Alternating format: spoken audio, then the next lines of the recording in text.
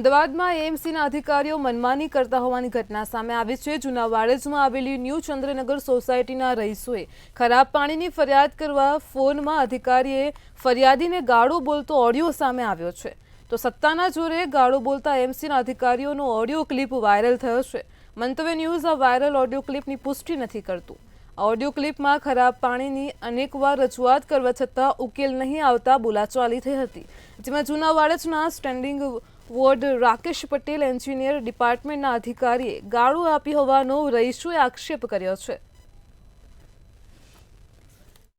લગભગ 4-5 દિવસથી દૂષિત પાણી આવે, એકદમ દુર્ગંધવાળું કે તમે મતલબ સ્મેલ પણ ના કરી શકો। ગટરની સ્મેલ આવે છે પીવાના પાણીમાં। તો શનિવારે મેં 155303 જે કમ્પ્લેન નંબર છે એએમસીનો, એની પર કમ્પ્લેન કરી હતી।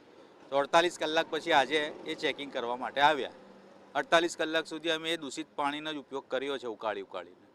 તો એમાં રાકેશ પટેલના નામના જે એન્જિનિયર છે એ એન્જિનિયરે એવું કીધું છે કે ઉગ્ર કર્યા એટલે મેં ગાળો આપી છે। અને સવારે જે માણસ મોકલ્યા હતા એ એકચ્યુઅલમાં આ કામ કોનું છે, ટેસ્ટ કરવાનું પાણીનું, એ એન્જિનિયર ખાતાનું જે એન્જિનિયર આવે, તો એની જગ્યાએ સવારે જે માણસ આવે એ પટાવાળા આવ્યા છે।